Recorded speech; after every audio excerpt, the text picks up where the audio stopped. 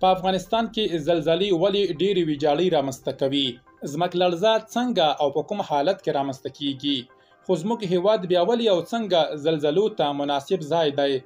ځمکلړزې افغانستان ته ولې ډېر زیان اړوي؟ بشپړ جزئیات په ویډیو کې تر پایه وګورئ. پاتمنو لیدونکو ستړي مه شئ. ولې په افغانستان کې زلزلې ډېرې ویجاړۍ رامنځته کوي؟ زلزلې هغه مهال کیږي چې د ځمکې سطحې د جوړونکو ټیکټونیکي سطحو یا پلیټونو په اوږدو کې ناڅاپي خوځښت راشي. د فالټ لاینز په نوم ماتېدنې هغو ځایونو کې رامنځته کیږي چې دغه پلیټونه پکې ټکر کوي. افغانستان زلزلو ته ځکه ډېر مناسب دی چې پر بېلابېلو پلیټ لاینونو پروت دی او د هند او ایروایشیا پلیټونه همدلته سره یوځای کیږي.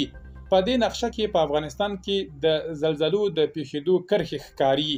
د بریتانیا د جیوجولیکي سروې ریګټ پیژندونکی ډاکټر بریان وایي جاپان او د سویلي امریکا په هیوادونو کې تر افغانستان ډېرې ځمکلړزې کیږي، خو افغانستان ځکه زیانګالی دی چې ودانۍ یې د زلزلې پر وړاندې مقاومت نه لري.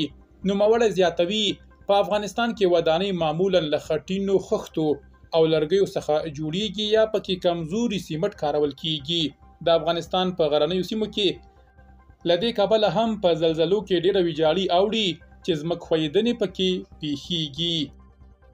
بلخوا د ننګرهار د دره نور ولسوالۍ اوسیدونکي وایي د زلزلې د پرله پسې ټکانونو له وجې یې کورونه نړېدلي یا یې درزونه کړي او دوی یې پرېښودو ته اړ شوي دي. زیانمن یادونه کوي چې تر اوسه ورسره اړتیا وړ مرسته نه ده شوې، خیمې نشته او د ترپالونو لاندې ژوند کوو.